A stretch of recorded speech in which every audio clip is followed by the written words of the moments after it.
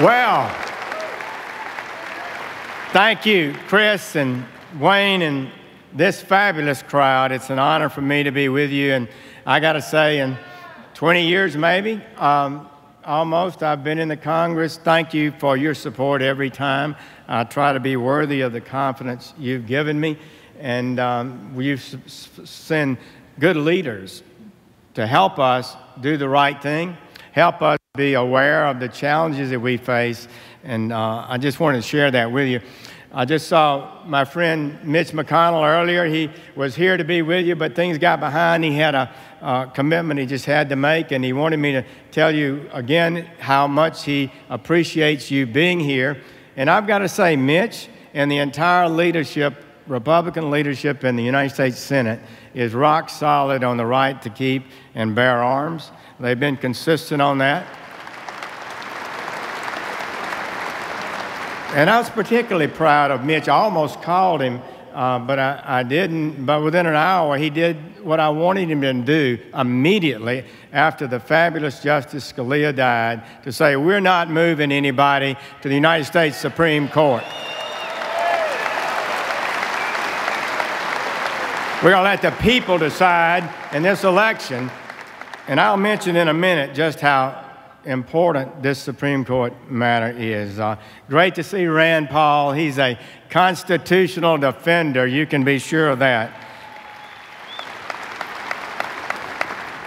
Well, I'm particularly proud, since I was a fairly early and lonely endorser of Donald Trump. NRA has endorsed Donald Trump. Thank you.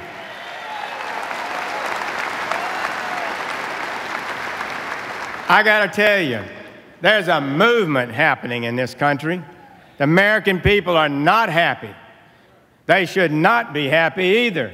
They're exactly correct. This government has been ignoring them, their legitimate request, the pleas that they've made to Washington year after year, and it's time to stand up and make something happen, don't you think? The people are determined to take their country back. It's our country. That's whose it is. And with regard to key issues, I got to tell you, we had a hearing yesterday on the enforcement of our immigration laws. This administration has just gone on strike. They're not enforcing any of our laws, and they're not defending us on trade. We've got a 5,000-page trade bill that creates an international commission that we get one vote and the Sultan of Brunei gets one vote, and they want to pass that. And that's not the kind of thing the American people want, and Washington needs to be hearing from us.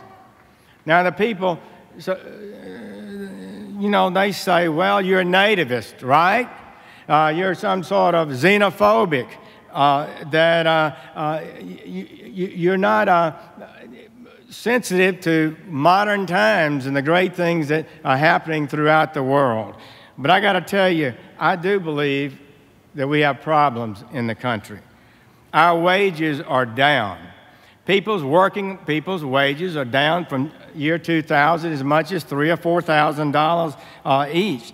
The deficits are surging, our debt is surging, and as the years go by, it's only going to get worse, according to every expert.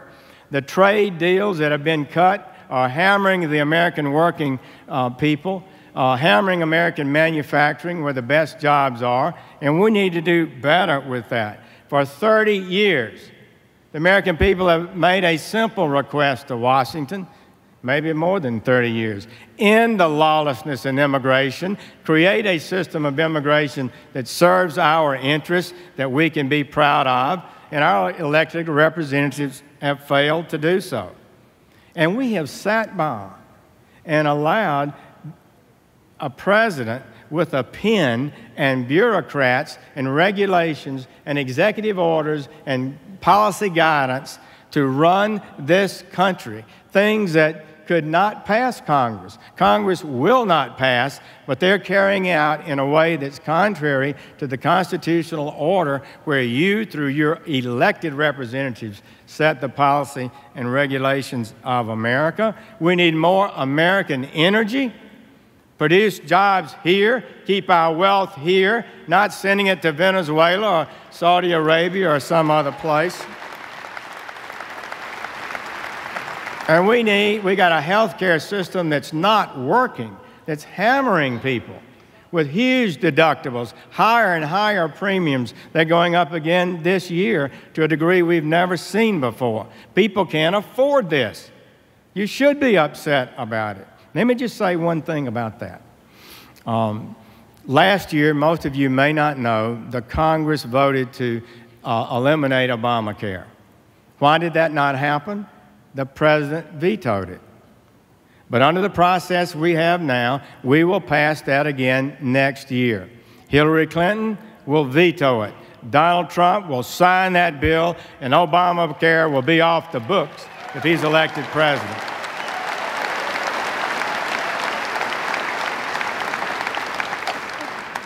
Well, I wanted to share with you briefly about the Heller case. This was 5-4 several years ago.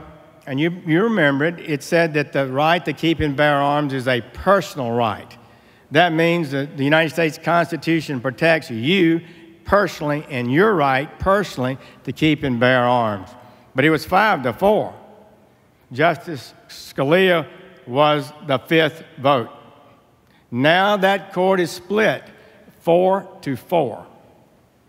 The next justice on the Supreme Court will revisit, I have no doubt, the Heller case rather soon. If Hillary Clinton is there, you know what will happen. She has already said, and said again recently, Heller was wrongly decided. If she appoints her justice to the Supreme Court, they will reverse Heller. It won't be a personal right. And what does that mean?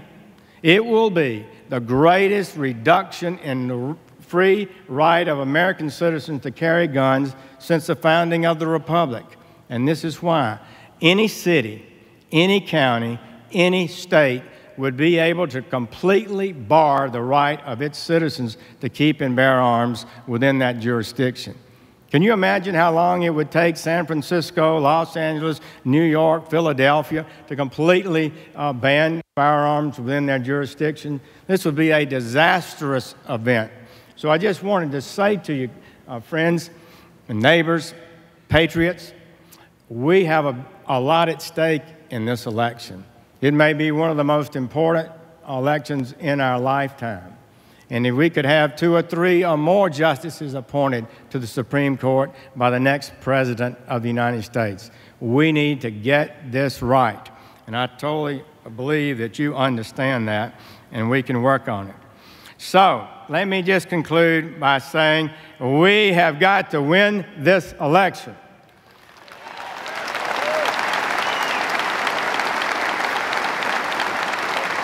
We've got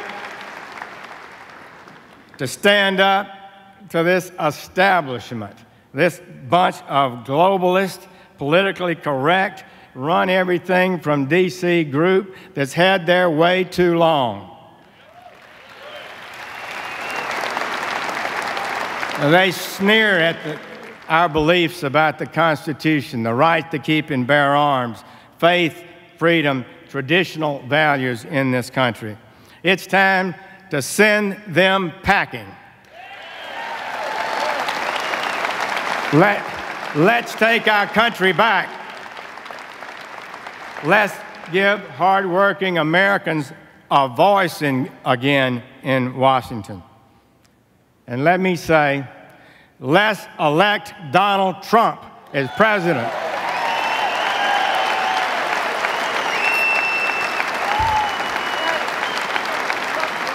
Let's make America great again. God bless you.